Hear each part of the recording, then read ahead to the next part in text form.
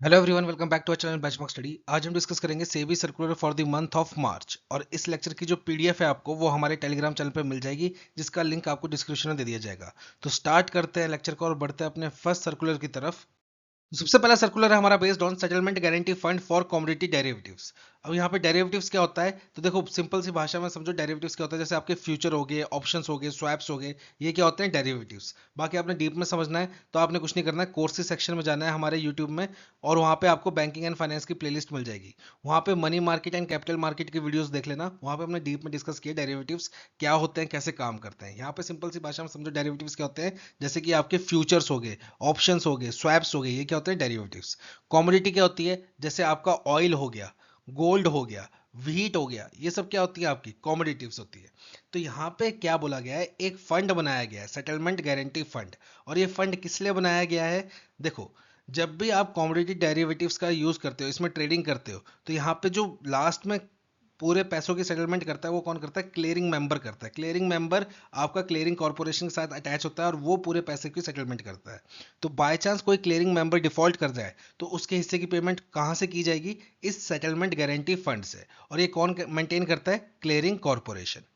Clearing corporation इसको fund को maintain करके रखता है। तो यहाँ पे सर्कुलर क्या बोल रहा है कि आपने जो सेटलमेंट गारंटी फंड मेंटेन करके रखना है, उसमें मिनिमम आपने कितना फंड मेंटेन करके रखना है, उसके ऊपर ये सर्कुलर है। तो ये कैसे काम करेगा, इसका पहले हम थोड़ा सा बैकग्राउंड चेक करते हैं, बैकग्राउंड समझते हैं, फिर हम समझेंगे सर्कुलर में बोला क्या गया है। तो देखो, एक होता है आपका रिटेल ट्रेडर, जैसे कि आपका राहुल हो गया, रोहन हो गया, सोहन हो गया, मोहन हो गया, रवि हो गया, जैसे कॉमन पीपल होते हैं, उनको क्या बोलते हैं हम, रिटेल ट्रेडर। वो क्या करते हैं, वो किसी ब्रोकर या ट्रेडिंग ऐप का यूज करेंगे, ब्रोकर या ट्रेडिंग मेंबर का यूज करेंगे। जैसे कि ब्रोकर ट्रेडिंग मेंबर में आपका जैसे जीरोधा आ गया, ठीक है, एंजल वन आ गया, फिर आपका आईसीआईसीआई की डायरेक्ट ऐप है जो वो आ गई, फाइव पैसा आ गया, ग्रो आ गया। ये सब क्या होते हैं, ये प्लेटफॉर्म होते हैं जिसके थ्रू आप ट्रेडिंग करते हो। ठीक है, तो ये हो गया ब्रोकर एंड ट्रेडिंग मेंबर। इसके बाद आता है आपका क्लियरिंग मेंबर। क्लियरिंग मेंबर जो कि क्या करता है, आपके ऑर्डर को क्लियरिंग कॉर्पोरेशन के साथ सेटलमेंट करता है, जो कि फाइनली रिस्पॉन्सिबल होता है आपके ऑर्डर की सेटलमेंट के लिए विद क्लियरिंग कॉर्पोरेशन। तो यहां पे होते हैं क्लियरिंग मेंबर। जैसे कि एग्जांपल के रूप में रख लो आप न्यूवोमा, ठीक है, न्यूवोमा क्लियरिंग सर्विस लिमिटेड। फिर आपका एक्सिस का होता है एक्सिस सिक्योरिटी सर्विस लिमिटेड। फिर आपका एडल लुइस का होता है एडल लुइस का सर्विस लिमिटेड। ये सब क्या होते हैं, क्लियरिंग मेंबर होते हैं, जो कि डायरेक्ट अटैच होते हैं किसके साथ, क्लियरिंग कॉर्पोरेशन के साथ। Clearing corporation. अब यहाँ पे देखो, जैसे क्लियरिंग कॉर्पोरेशन का एग्जांपल रख लो आप, मल्टी कॉमोडिटी एक्सचेंज, ठीक है, क्लियरिंग कॉर्पोरेशन लिमिटेड। ये हो गया एक तरीके का आपका क्लियरिंग कॉर्पोरेशन।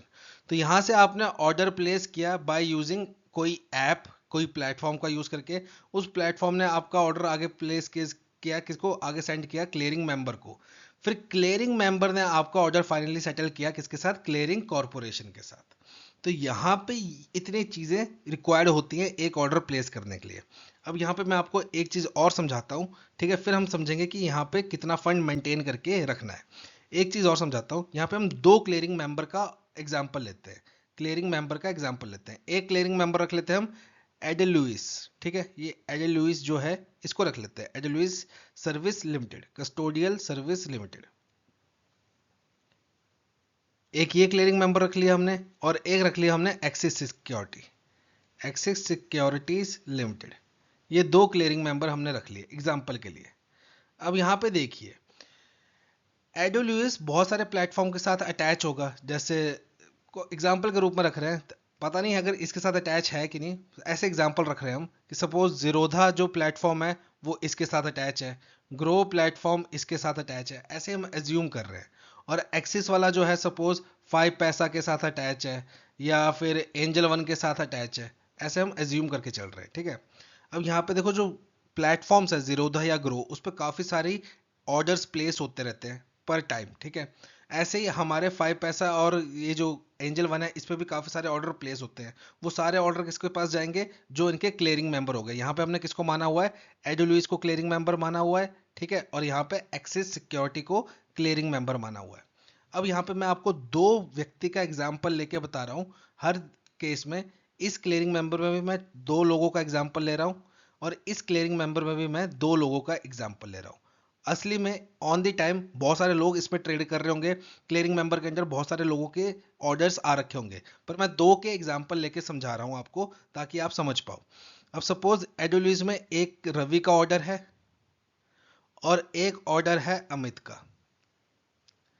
रवि ने बाय किया, सेल किया, जो भी किया, अमित ने बाय किया, सेल किया, जो भी किया डेरिवेटिव्स को। सपोज रवि को प्रॉफिट हुआ है, पूरे ट्रांजेक्शन में प्रॉफिट हुआ है 15,000 रुपए का, ठीक है, उसको 15,000 का प्रॉफिट हुआ है। और यहां पे अमित को 5,000 का लॉस हुआ है। सपोज अमित को 5,000 का लॉस हुआ है। तो देखो, रवि का 15,000 का प्रॉफिट, अमित का 5,000 का लॉस, तो टोटल में क्या हुआ, टोटल प्लस 10,000 हुआ, प्लस 10,000।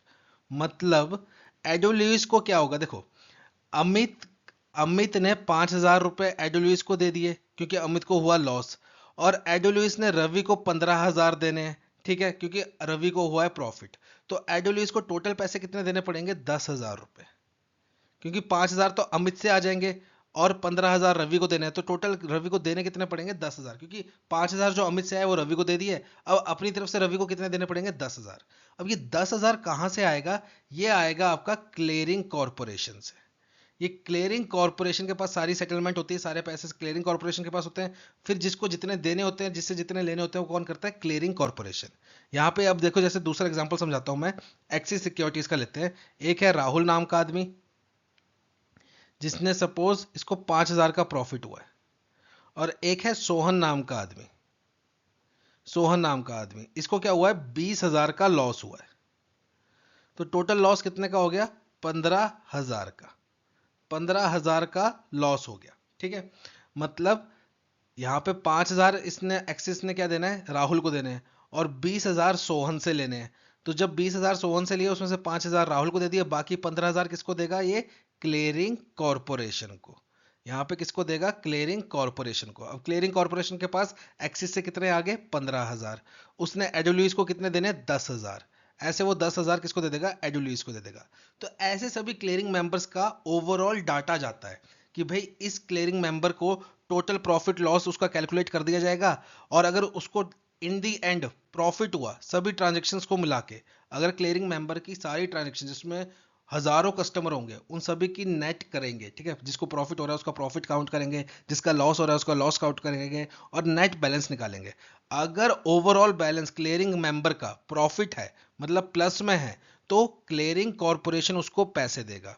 और ओवरऑल ओवरऑल जो पूरा ट्रांजैक्शन हुआ है, वो पूरा का पूरा एक क्लियरिंग मेंबर का नेगेटिव है, मतलब उसमें लॉस हुआ ज्यादातर लोगों को, तो उस दौरान क्या होगा, जो पैसा होगा वो क्लियरिंग कॉर्पोरेशन को देगा कौन, क्लियरिंग मेंबर। ये दोनों बातें समझना। जैसे यहां पे क्या हुआ, यहां पे ओवरऑल क्या हुआ, देखो प्रॉफिट हुआ, यहां पे ओवरऑल क्या हुआ, 10,000 का प्रॉफिट हुआ। तो इस केस में जो हमारा क्लियरिंग मेंबर था एडोल्यूस, वो क्या करेगा, 10,000 रुपए लेगा क्लियरिंग कॉर्पोरेशन से। वहीं दूसरे केस में एक्सिस सिक्योरिटीज में क्या हुआ, 15,000 का लॉस हुआ। तो ये जो 15,000 रुपए हैं, ये एक्सिस सिक्योरिटीज किसको देगा, क्लियरिंग कॉर्पोरेशन को। ये बात समझना। अगर क्लियरिंग मेंबर को हुआ प्रॉफिट, तो वो क्लियरिंग कॉर्पोरेशन से पैसे लेगा, और अगर क्लियरिंग मेंबर को हुआ लॉस, तो वो लॉस के पैसे किसको देगा, क्लियरिंग कॉर्पोरेशन को। ये चीज है इंपॉर्टेंट, ठीक है। अब ये चीज इसलिए समझाई मैंने क्योंकि आपको आगे की बात समझ आ जाएगी। तो यहां पे सपोज 4 मेंबर है, सपोज, मतलब पहले एक एग्जांपल समझाता हूं कि सेटलमेंट गारंटी फंड कैसे काम करता है, ये इसकी बात भी कर लेते हैं, फिर हम सर्कुलर पे आ जाएंगे। अब सपोज एक हमारा क्लियरिंग मेंबर है, जिसने सपोज 50 करोड़ रुपए देने हैं, 50 करोड़ रुपए देने हैं क्लियरिंग कॉर्पोरेशन को, ठीक है। पर जिस दिन देने थे उस दिन क्या हुआ, ये फेल कर गया, ये 50 करोड़ दे नहीं पाया किसी भी कारणवश, कोई भी कारण होगा उसकी वजह से ये क्लियरिंग कॉर्पोरेशन को 50 करोड़ नहीं दे पाया। अब क्लियरिंग कॉर्पोरेशन के पास पैसा नहीं आएगा, तो वो आगे वाले क्लियरिंग मेंबर्स को पैसा कैसे देगा। देखो, जैसे यहाँ पे क्या हुआ, 15,000 का लॉस हुआ था एक्सिस सिक्योरिटीज में, तो एक्सिस सिक्योरिटीज ने क्या किया, 15,000 रुपए जमा कर दिए क्लियरिंग कॉर्पोरेशन के पास।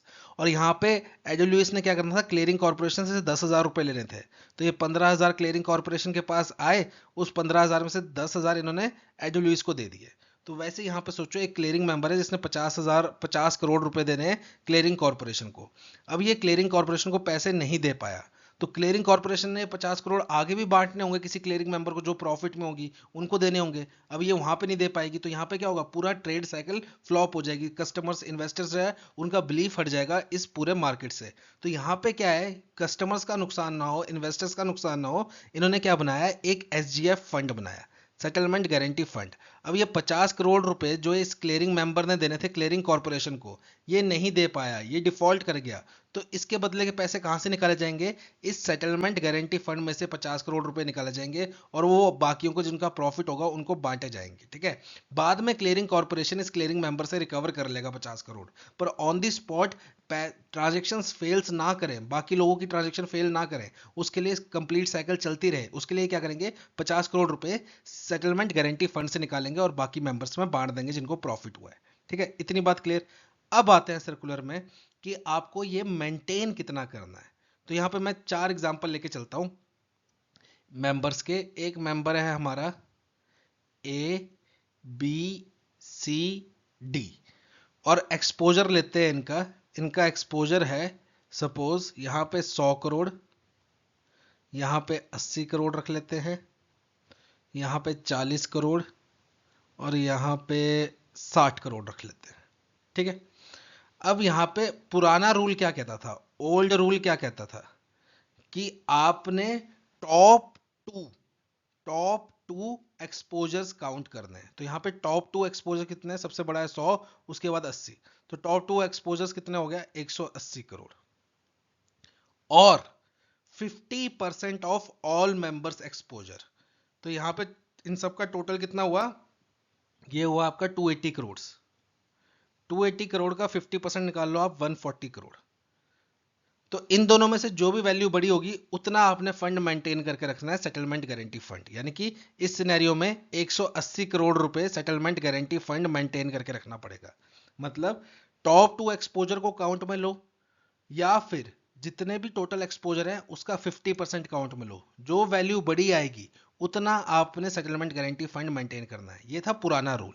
अब न्यू रूल क्या कहता है आपको, न्यू रूल कहता है कि ये सबका टोटल करो फिर उसका 50% निकालो, इतना कॉम्प्लेक्स नहीं करेंगे हम आपके लिए, सिंपल सा है, टॉप 3 एक्सपोजर को आप काउंट करोगे और उतना फंड मेंटेन करोगे। तो टॉप 3 एक्सपोजर कितना हुआ, 100 करोड़, 80 करोड़ एंड 60 करोड़, ये कितना हो गया आपका 240 करोड़। तो 240 करोड़ रुपए आप SGF फंड मेंटेन करोगे। ठीक है, ये थी पूरी कहानी इसकी। ठीक है, बढ़ते हैं नेक्स्ट सर्कुलर की तरफ। नेक्स्ट सर्कुलर है हमारा based on borrowing by mutual funds. Mutual funds उधार लेते हैं और वो कितना उधार लेंगे, किस सिनेरियो में उधार लेंगे, उसके ऊपर ये सर्कुलर है। अब यहाँ पे म्यूचुअल फंड को उधार लेने की जरूरत क्या है, हम उसमें पैसा डाल रहे हैं SIP की फॉर्म में, फिर लमसम की फॉर्म में, तो उनको पैसा उधार लेने की जरूरत क्यों पड़ती है, उसके ऊपर ये सर्कुलर है पूरा। देखो सपोज एक व्यक्ति है, उसने क्या किया, लिक्विड म्यूचुअल फंड में पैसा डाला हुआ है। लिक्विड म्यूचुअल फंड बोल लो या ओपन एंडेड म्यूचुअल फंड बोल लो, जिसमें आप जब मर्जी पैसा डालो, जब मर्जी पैसा विड्रॉल करो। ठीक है, तो एक व्यक्ति ने लिक्विड म्यूचुअल फंड में पैसा डाला है और उसने क्या किया, सपोज मंडे को रिडीम कर दी अपनी सारी यूनिट्स, जितनी भी यूनिट्स थी उसकी म्यूचुअल फंड की, उसको रिडीम कर दिया। तो क्या इसको पैसे मंडे को मिलेंगे, नहीं, इसको ट्यूसडे को सुबह पैसे मिलेंगे, ट्यूसडे को सुबह पैसे मिल जाएंगे। अब यहाँ पे म्यूचुअल फंड इसको पैसे देगा कहाँ से, ठीक है, तो म्यूचुअल फंड क्या करता है, अपने ना हर चीज इक्विटी में इन्वेस्ट नहीं करता, कुछ चीज वो सिक्योरिटीज में भी इन्वेस्ट करता है, जैसे ट्रैप्स में भी इन्वेस्ट करता है। ट्रैप्स हो गया, ट्राई पार्टी रेपो जिसको बोलते हैं, फिर रिवर्स रेपो में भी इन्वेस्ट करता है, फिर ट्रेजरी बिल्स हो गया, गवर्नमेंट सिक्योरिटीज हो गया, इन सब में भी इन्वेस्ट करता है कौन, म्यूचुअल फंड। क्योंकि जो लोग एकदम से विड्रॉल करते हैं तो वो एकदम से, जो अगर उसने सब कुछ इक्विटी में इन्वेस्ट कर रखा होगा और उस टाइम अगर शेयर मार्केट डाउन होगी तो वो उसको बेच के घाटे में जाएगा, इसलिए वो क्या करता है, थोड़ी सेफ इन्वेस्टमेंट भी करता है in the form of traps, try party repo. इसमें क्या होता है, जैसे म्यूचुअल फंड है, वो एक दिन के लिए किसी और बैंक को या किसी और म्यूचुअल फंड को या किसी कंपनी को लोन के रूप में पैसा उधार देगा और एक दिन का उससे ब्याज ले लेगा और अगले दिन पैसे भी वापस ले लेगा। ये होता है आपका ट्रैप्स, ट्राई पार्टी रेपो, ठीक है। फिर रिवर्स रेपो क्या होता है कि इनका एक्सेस मनी कुछ आरबीआई के पास पार्कड रहता है और उस पर वो इंटरेस्ट लेते हैं, तो जिस दिन चाहिए होता है उस दिन पैसे वापस ले लेते हैं आरबीआई से, ठीक है। फिर treasury bills and government securities तो आपको पता ही है, सेफेस्ट इन्वेस्टमेंट होती है और ये आप रिडीम कर सकते हो और ये शॉर्ट टर्म होती है। Treasury bills and government securities जो होती है वो शॉर्ट टर्म इन्वेस्टमेंट होती है, ठीक है। तो यहाँ पे क्या करते हैं, ये इसको रिडीम करके पैसे ले लेते हैं। पर दिक्कत क्या है, कस्टमर को पैसे देने हैं सुबह, ठीक है, और इनको जो रिडीम करके पैसे मिलते हैं वो मिलते हैं इवनिंग में। अब यहाँ पे क्या हुआ, सुबह सपोज 10 बजे इसने पैसे देने कस्टमर को, शाम को 5-6 बजे इसको पैसे मिल रहे हैं। अब बीच में जो एक गैप रहा, इस दौरान इसके पास पैसे नहीं होते पर कस्टमर को देने हैं, तो ये कैसे देगा, तो ये लेता है उधार। ये लेता है उधार, और ये कौन सा उधार लेता है, इंट्राडे, इंट्राडे बोरोइंग। मतलब एक दिन के लिए मेरे को पैसे उधार दीजिए, मैंने कस्टमर की पेमेंट करनी है, उसने अपनी यूनिट्स रिडीम कर ली हैं और शाम तक मेरे को पैसे आ जाएंगे क्योंकि मैंने ट्रैप्स मेरा मैच्योर हो जाएगा, या रिवर्स रेपो के थ्रू मैं पैसे निकाल लूंगा, या मेरा टी बिल मैच्योर हो रहा है तो मेरे को शाम तक पैसे आ जाएंगे और उन पैसों से मैं आपकी रीपेमेंट कर दूंगा। ये है इंट्राडे बोरोइंग। अब यहाँ पे सवाल उठता है कि ये कितने पैसे उधार ले सकते हैं, ये सवाल उठता है कि कितने पैसे उधार ले सकते हैं। तो बोरोइंग दो टाइप की है, एक है आपकी short term borrowing. Short term borrowing, इसमें क्या बोला है, जो आपकी स्कीम है उसकी जो नेट एसेट है उसका अप टू 20% आप उधार ले सकते हो, एंड फॉर 6 मंथ्स। मतलब जैसे सपोज एक स्कीम है जिसकी एसेट्स है सपोज 1000 करोड़ की, तो ये कितना उधार ले सकते हैं, अप टू 20%, यानी कि 200 करोड़ का लोन ले सकते हैं, और कितने टाइम के लिए, 6 मंथ्स के लिए। ये होगी शॉर्ट टर्म बोरोइंग। पर हमें बात किसकी करनी है, इंट्राडे बोरोइंग की। इंट्राडे बोरोइंग, इंट्राडे बोरोइंग के लिए क्या बोला है कि आप अपनी बोर्ड से अप्रूवल लीजिए और उसके तहत स्कीम बनाइए, और जो भी आप उधार लोगे उसको अपनी वेबसाइट पे पब्लिश करना है ताकि लोगों को भी पता चले आपने कितना उधार लिया है और वो किस लिए लिया है, ठीक है। पहली बात ये, पर उधार ले कितना सकते हो मैक्सिमम, तो यहाँ पे बोला है मैक्सिमम आप कितना उधार ले सकते हो, जितना आपको शाम को पैसा रिडीम होके आने वाला है, मैक्सिमम उतना उधार ले सकते हो। अब इसका क्या मतलब है, सपोज एक म्यूचुअल फंड है, ठीक है, एक म्यूचुअल फंड है, इसने क्या किया है, ट्रैप्स पे पैसा उधार दे रखा है। ट्रैप्स पे एक कंपनी को पैसा उधार दे रखा है और वो दे रखा है 100 करोड़ रुपए, और शाम तक इसको ये 100 करोड़ रुपए वापस आ जाएगा, ठीक है, क्योंकि इसने एक ट्रैप्स क्या होता है, ट्राई पार्टी रेपो, एक दिन के लिए आप पैसा उधार देते हो, तो शाम तक इसको ये 100 करोड़ रुपया वापस आ जाएगा। तो ये इंट्राडे बोरोइंग में मैक्सिमम कितना पैसा उधार ले सकता है, जितना इसको शाम को वापस आना है, यानी कि 100 करोड़ रुपए। अब सपोज इसने 100 करोड़ रुपए ट्रैप्स में दे रखा है जो शाम को आएगा, फिर इसका टी बिल है जो मैच्योर हो रहा है वो है सपोज 150 करोड़ का, जिसका पैसा भी शाम को आएगा, तो टोटल कितना हो गया, 100 करोड़ ये, 150 करोड़ ये, टोटल कितना हो गया, 250 करोड़। तो अब ये कितना पैसा उधार ले सकता है इंट्राडे बोरोइंग में, 250 करोड़। मतलब आप मैक्सिमम उतना ही पैसा उधार ले सकते हो जितना आपको शाम को वापस मिलना है, ठीक है, उतना पैसा आप मैक्सिमम उधार ले सकते हो। अब यहाँ पे सेबी ने एक बात और बोली है कि इंट्राडे बोरोइंग से जो आप पैसा उधार लोगे उससे ये नहीं है कि आप कहीं और इन्वेस्टमेंट कर दो उस पैसों से, नहीं, उन पैसों से सिर्फ और सिर्फ आप, अगर किसी कस्टमर ने रिडेम्पशन डाली हुई है अपनी यूनिट्स की तो उसकी पेमेंट करोगे, या किसी को आपने इंटरेस्ट पेमेंट देनी है, ठीक है, वो करोगे, या फिर आप आईडीसीडब्ल्यू आईडीसीडब्ल्यू की पेमेंट करोगे। आईडीसीडब्ल्यू क्या होता है, इनकम डिस्ट्रीब्यूशन कम कैपिटल विड्रॉल। इसमें क्या होता है, ये भी एक तरीके का म्यूचुअल फंड होता है। जब आप म्यूचुअल फंड में इन्वेस्ट करोगे ना तो आपको दो ऑप्शन मिलेंगे। देखो, एक तो होता है दो ऑप्शन की, रेगुलर या डायरेक्ट, ठीक है, रेगुलर या डायरेक्ट, ये अलग है। रेगुलर में क्या होता है, आप किसी ब्रोकर के थ्रू इन्वेस्ट कर रहे हो म्यूचुअल फंड में, और डायरेक्ट क्या आता है, आप डायरेक्टली इन्वेस्ट कर रहे हो म्यूचुअल फंड में। दोनों में अंतर क्या होता है, एक्सपेंस रेशो का फर्क होता है। रेगुलर में एक्सपेंस रेशो थोड़ी महंगी पड़ती है, जैसे 1.2%, और डायरेक्ट में आपको एक्सपेंस रेशो थोड़ी सस्ती पड़ती है, सपोज 0.4%। और ये एक ही फंड की बात है। सपोज एसबीआई का आप कॉन्ट्रा फंड में इन्वेस्ट कर रहे हो, तो अगर आप रेगुलर फंड लोगे तो उसमें एक्सपेंस रेशो आपको थोड़ी ज़्यादा मिलेगी। एग्जाम्पल के रूप में समझा रहा हूँ, हो सकता है इससे वेरी करे, ठीक है। पर एग्जाम्पल के रूप में सपोज रेगुलर में अगर आपको 1.2 पड़ेगी एक्सपेंस रेशो, तो वही एसबीआई कॉन्ट्रा का आप डायरेक्ट फंड लोगे तो उसमें आपको 0.4% एक्सपेंस रेशो पड़ेगी। एक्सपेंस रेशो अलग होती है, ठीक है। और ये रेगुलर डायरेक्ट जो मैंने बोला आपको, ये अलग चीज़ है। और एक और तरीका होता है म्यूचुअल फंड में इन्वेस्ट करने का, एक होता है आपका ग्रो, जैसे SBI contra fund growth, regular growth, SBI contra fund regular, IDCW, ऐसे। तो आईडीसीडब्ल्यू में क्या होता है कि आपको जो इंटरेस्ट बनता है, जो आपकी नैव की वैल्यू इंक्रीज होती है, वो आपको रीपे कर दी जाती है। एग्जाम्पल के रूप में समझाता हूं मैं आपको। अब देखो ये सर्कुलर से बाहर की बात है, पर थोड़ी नॉलेज होनी चाहिए, ठीक है, इसलिए मैं बता रहा हूं। बाकी सर्कुलर आपका खत्म हो चुका है, ठीक है, आप आगे बढ़ सकते हो। आईडीसीडब्ल्यू का मतलब क्या होता है, अगर मैं सिंपल सी भाषा में समझाऊं, आईडीसीडब्ल्यू एग्जाम्पल से समझाता हूं। सपोज आपने इन्वेस्ट किया एक स्कीम में, म्यूचुअल फंड की स्कीम में 1 लाख रुपए, और जिस टाइम आपने इन्वेस्ट किया उस टाइम नैव था ₹10 पर यूनिट। तो आपको टोटल कितनी यूनिट मिल जाएंगी, टोटल 10,000 यूनिट्स मिल जाएंगी, ठीक है।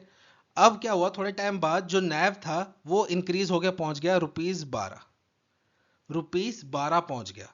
तो हर यूनिट पे आपको ₹2 एक्स्ट्रा मिल रहे हैं। तो टोटल आपकी इन्वेस्टमेंट की वैल्यू कितनी हो जाएगी, अब टोटल इन्वेस्टमेंट की वैल्यू हो जाएगी 1,20,000। अब यहाँ पे क्या होगा, आईडीसीडब्ल्यू के तहत आपको ये ₹20,000 रिडीम कर दिए जाएंगे और ₹1,00,000 वैसे के वैसे रह जाएंगे। और आपकी नैव की वैल्यू फिर से घट के कितनी हो जाएगी, ₹10। जो 12 हो गई थी वो फिर से 10 हो जाएगी। मतलब इसमें इंटरेस्ट आपको साथ साथ में पे कर दिया जाता है। ये मतलब है आईडीसीडब्ल्यू का सिंपल सी भाषा में, ठीक है।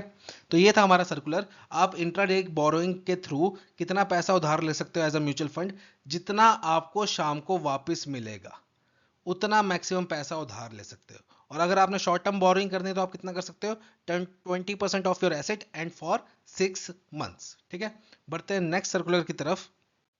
नेक्स्ट सर्कुलर है हमारा based on voluntary lock in debit freeze facility in mutual fund folios. ये थोड़ा इजी सर्कुलर है, जल्दी खत्म हो जाएगा, ठीक है। और ये इसमें कुछ टेक्निकल बात भी नहीं है, सिंपल सी बात है। सेबी ने क्या बोला है, जैसे आपका म्यूचुअल फंड फोलियो है, म्यूचुअल फंड फोलियो मतलब आपका म्यूचुअल फंड अकाउंट समझ लो, जिसमें आपकी बहुत सारे इन्वेस्टमेंट्स होंगे, डिफरेंट डिफरेंट स्कीम्स में इन्वेस्टमेंट की होगी और उन सबकी यूनिट्स और नैव शो कर रहा होगा वहां पे, ठीक है। तो म्यूचुअल फंड फोलियो क्या होता है, आपका म्यूचुअल फंड अकाउंट समझ लो। तो यहाँ पे सेबी ने क्या बोला है कि आपके म्यूचुअल फंड अकाउंट का एक्सेस किसी फ्रॉडस्टर के पास आ जाए, किसी स्कैमर के पास आ जाए, अब वो कैसे आएगा, सेम स्वैप टेक्नोलॉजी का यूज करके, या फिशिंग का, या ओटीपी थेफ्ट का, या अनऑथराइज्ड लॉगिन समझ लो, या आइडेंटिटी कॉम्प्रोमाइज, कैसे भी करके वो क्या कर सकते हैं, आपके अकाउंट का एक्सेस ले सकते हैं। और एक बार उनके पास एक्सेस आ गया तो वो सारे के सारे आपके अकाउंट में जितने भी म्यूचुअल फंड की यूनिट्स होंगे उनको रिडीम करके पैसा विड्रॉल करके आपके साथ फ्रॉड कर देंगे। तो यहाँ पे सेबी ने क्या बोला है, अगर आप इन चीज़ों से बचना चाहते हो तो एक फैसिलिटी अवेलेबल कर रहे हैं हम, कि आप अपने म्यूचुअल फंड अकाउंट में क्या कर सकते हो, फोलियो मतलब अकाउंट, अपने म्यूचुअल फंड अकाउंट में क्या कर सकते हो, अपनी इन्वेस्टमेंट के ऊपर डेबिट फ्रीज लगा सकते हो। डेबिट फ्रीज मतलब आप अपने म्यूचुअल फंड अकाउंट पे एक तरीके का होल्ड लगा सकते हो या लॉक लगा सकते हो। मतलब आपकी जो, जैसे समझ लो SIPs हैं, वो आपके अकाउंट से कट के आपके म्यूचुअल फंड अकाउंट में तो जाती रहेंगी, पर म्यूचुअल फंड अकाउंट में से कोई भी चीज रिडीम होके वापस नहीं आएगी जब तक आप उस पर एग्री नहीं करोगे। मतलब एक तरीके से आपने ताला लगा दिया अपने म्यूचुअल फंड अकाउंट में, जिसमें आपकी इन्वेस्टमेंट तो जाती रहेंगी पर वहां से पैसा नहीं निकलेगा। ये चीज फैसिलिटी अवेलेबल करवा दी है सेबी ने। अब इसका यूज कैसे करना है आपने, तो यहाँ पे सेबी ने क्या बोला है, देखो जो MF सेंट्रल प्लेटफॉर्म है ये करेगा सारी कार्रवाई, पर इस पे आप डायरेक्टली नहीं जा सकते। आप एज अ कस्टमर पहले किसको अप्रोच करोगे, अपने RTA को। RTA क्या होता है, registered and transfer agent, registrar and transfer agent, जो आपके पूरे म्यूचुअल फंड की कार्रवाई करता है। जैसे एग्जांपल के रूप में ये कौन होता है, जैसे कैंप्स का नाम सुना होगा या केफिन टेक्नोलॉजी का होगा। ये क्या होता है, रजिस्ट्रार, जो कि म्यूचुअल फंड का सारा डाटा अवेलेबल रखते हैं, म्यूचुअल फंड को सारा प्रोसेस मेंटेन करके रखते हैं। तो आप इसके थ्रू, RTA के थ्रू MF सेंट्रल पे जाके क्या कर सकते हो, अपने म्यूचुअल फंड फोलियो में लॉक लगा सकते हो। पर क्राइटेरिया क्या है उसके लिए रिक्वायरमेंट क्या है, कि आप एक फुल KYC होना चाहिए, आपका फोलियो फुल KYC होना चाहिए। दूसरा, आपके पास एक वैलिड ईमेल आईडी होनी चाहिए, registered email ID and valid registered mobile number. ये होनी चाहिए, ये दो चीज़ें होनी चाहिए। फिर आप क्या कर सकते हो, एमएफ सेंट्रल पे जाके अपने म्यूचुअल फंड फोलियो में एक लॉक लगा सकते हो, जिससे क्या होगा, आपके म्यूचुअल फंड में से पैसा विड्रॉल नहीं होगा। जो आप इन्वेस्टमेंट के रूप में, एसआईपी के रूप में आपके हर महीने किस्त कटती है और आपके म्यूचुअल फंड में जाती है, वो तो जाएगी पर वहां से निकलेगा नहीं कुछ भी, ठीक है, अगर आपने लॉक लगा दिया। जिससे क्या होगा, अगर किसी फ्रॉडस्टर के पास आपकी डिटेल आ भी गई अकाउंट की, तो वो उसको रिडीम नहीं कर पाएगा और आपका म्यूचुअल फंड इन्वेस्टमेंट सेफ रहेगी। ये है पूरा सर्कुलर, ठीक है। बढ़ते हैं नेक्स्ट न्यूज की तरफ। अब यहां से स्टार्ट होएगा हमारा इंपॉर्टेंट वन लाइनर, जो कि आपके एग्जाम पॉइंट ऑफ व्यू से काफी इंपॉर्टेंट है। सिंपल डायरेक्ट एक लाइन का क्वेश्चन बन सकता है इससे। तो सबसे पहली न्यूज है हमारी, सेबी ने अपना AI artificial intelligence platform launch किया है, खुद का बनाया, जिसका नाम क्या है, सुदर्शन। अब इसका काम क्या होगा, जो भी आपके फिनफ्लुएंसर होते हैं, जो फाइनेंस रिलेटेड इन्फ्लुएंस करते हैं कि आप ये वाला स्टॉक लीजिए, आने वाले टाइम में ऐसा बढ़ जाएगा, ये इतना % रिटर्न दे देगा, ठीक है, जो मिसलीड होते हैं, उनको ये पूरा ट्रैक करेगा। और अगर उनको लगेगा, अगर सुदर्शन को लगेगा कि ये मिसलीडिंग कर रहा है, तो उसको क्या करेगा, अवॉइड करेगा, उसके खिलाफ क्या करेगा, उसको टेक डाउन करेगा, वहां से कंटेंट को टेक डाउन कर देगा। ये यूट्यूब हो गया, फिर टेलीग्राम चैनल्स हो गए जो होते हैं इन्फ्लुएंसर के, फिर ट्विटर हो गया, इंस्टाग्राम हो गया, इन सब को क्या करेगा, स्कैन करेगा। और जो भी पोस्ट इसको लगेगा कि मिसलीडिंग है, उसको क्या कर देगा, डिलीट करवा देगा। इसने अब तक लगभग 1,20,000 मिसलीडिंग सोशल मीडिया पोस्ट को क्या कर दिया है, रिमूव करवा चुका है। कौन, ये सुदर्शन एआई प्लेटफॉर्म, जिसको डेवलप किया है किसने, सेबी ने। नेक्स्ट न्यूज है हमारी एआईएफ के रिलेटेड। अभी हमने कल की वीडियो में देखा था कि एआईएफ में अगर आपने मिनिमम इन्वेस्टमेंट करनी है तो कितनी चाहिए होती है, 1 करोड़। और वहीं अगर आप स्कीम के, जो स्कीम में इन्वेस्ट कर रहे हो, उसी स्कीम के अंडर एम्प्लॉय हो, मतलब जिस कंपनी की स्कीम है उसी कंपनी में आप एम्प्लॉय हो, डायरेक्टर हो, ठीक है, फंड मैनेजर हो, तो आपको मिनिमम इन्वेस्टमेंट कितनी चाहिए होती है, 25 लाख की। अब यहाँ पे एक बात और है, देखो, हमने बात क्या की थी, 3 टाइप के होते हैं आपके alternative investment fund, category 1, category 2, category 3। Category 3 क्या करती है, बहुत इंटेंसिव एग्रेसिवली इन्वेस्ट करती है, आपके फ्यूचर ऑप्शंस में इन्वेस्ट करती है, ठीक है, शॉर्ट सेलिंग में इन्वेस्ट करती है, इन सब में इन्वेस्ट करती है। कौन, कैटेगरी 3। कैटेगरी 1 किस में इन्वेस्ट करती है, सोशली एंड इकोनॉमिकली, जो गवर्नमेंट के लिए इंपॉर्टेंट सेक्टर्स होते हैं उसमें इन्वेस्ट करता है कैटेगरी 1। और जो बच गया वो किस में करता है, कैटेगरी 2 में इन्वेस्ट करता है। जो भी फंड्स बच गए वो किस में करते हैं, कैटेगरी 2 में।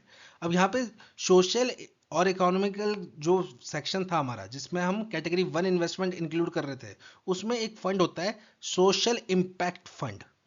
सोशल इम्पैक्ट फंड, इसमें पहले मिनिमम इन्वेस्टमेंट क्राइटेरिया कितना था, 2 लाख रुपए का, कि अगर आपको एआईएफ के कैटेगरी 1 के सोशल इंपैक्ट फंड में इन्वेस्टमेंट करनी है तो मिनिमम इन्वेस्टमेंट कितनी चाहिए होती थी, 2 लाख। अब इसको घटा के कितना कर दिया है, 1,000। कि कुछ लोग होते हैं उनको रिटर्न इतनी नहीं चाहिए होती है, वो सोशल कॉज से जुड़ना चाहते हैं, तो वो क्या कर सकते हैं, सोशल इंपैक्ट फंड में इन्वेस्ट कर सकते हैं। और मिनिमम इन्वेस्टमेंट कितनी है अब इसमें, 1 लाख रुपीज। अब देखो, कुछ कुछ लोग होते हैं जो ऐसे ही दान करते हैं, ठीक है, तो यहाँ पे क्या हुआ, एक तरीके से आपका दान भी हो गया और आपके दान पे आपको रिटर्न भी मिल गया, क्योंकि जो भी पैसा इसमें जाएगा सोशल इंपैक्ट फंड में, वो सोशल वर्क्स में लगेगा, ठीक है। इसलिए यहाँ पे क्या किया जा रहा है, आपका सोशल इंपैक्ट फंड की जो मिनिमम इन्वेस्टमेंट क्राइटेरिया उसको 2 लाख से रिड्यूस करके कितना कर दिया है, 1,000। और वैसे अगर आपको अल्टरनेटिव इन्वेस्टमेंट फंड में इन्वेस्ट करना है तो मिनिमम रिक्वायरमेंट कितनी होती है, 1 करोड़। और वहीं अगर जिस स्कीम में आप इन्वेस्ट कर रहे हो उसी स्कीम के अंडर, उसी कंपनी के अंडर आप एम्प्लॉय हो या फंड मैनेजर हो या डायरेक्टर हो, तो मिनिमम इन्वेस्टमेंट कितनी होती है, 25 lakhs। पर यहाँ पे एक एक्सेप्शन है कि एआईएफ का एक सोशल इंपैक्ट फंड है, जिसमें इन्वेस्टमेंट के लिए पहले मिनिमम क्राइटेरिया कितना था, 2 लाख, अब इसको घटा के कितना कर दिया है, 1,000 रुपीज, ठीक है। नेक्स्ट न्यूज है, सेबी ने लॉन्च किया है वेरीफाइड एप्लीकेशन लेबल।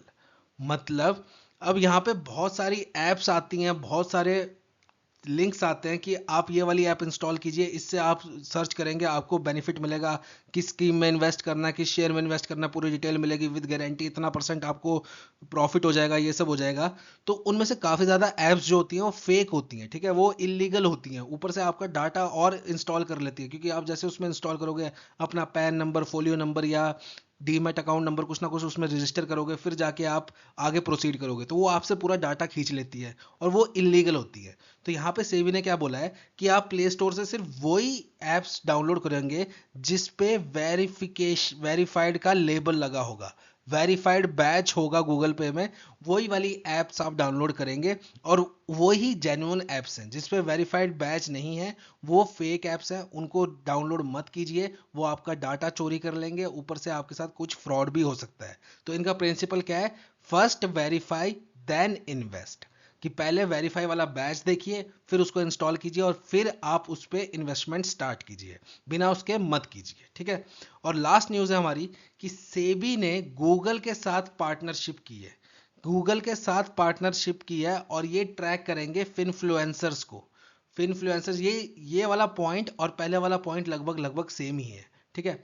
यहाँ पे सेबी ने पार्टनर किसके साथ किया है, गूगल के साथ किया है, कि जो भी इन्फ्लुएंसर्स अपना स्टेटमेंट देते हैं, कुछ डायलॉग्स देते हैं, ठीक है, कि आप हमारा चैनल ज्वाइन कीजिए, हम इतना % प्रॉफिट दिखाएंगे, हमने देखो पिछले 6 महीने में इतना % प्रॉफिट दिखाया, उनको ट्रैक करेगा सेबी किसके साथ मिलके, गूगल के साथ मिलके, ठीक है। तो ये था हमारा circular for the month of March. बहुत जल्द मिलेंगे आपको नई वीडियो के साथ। Till then have a nice day.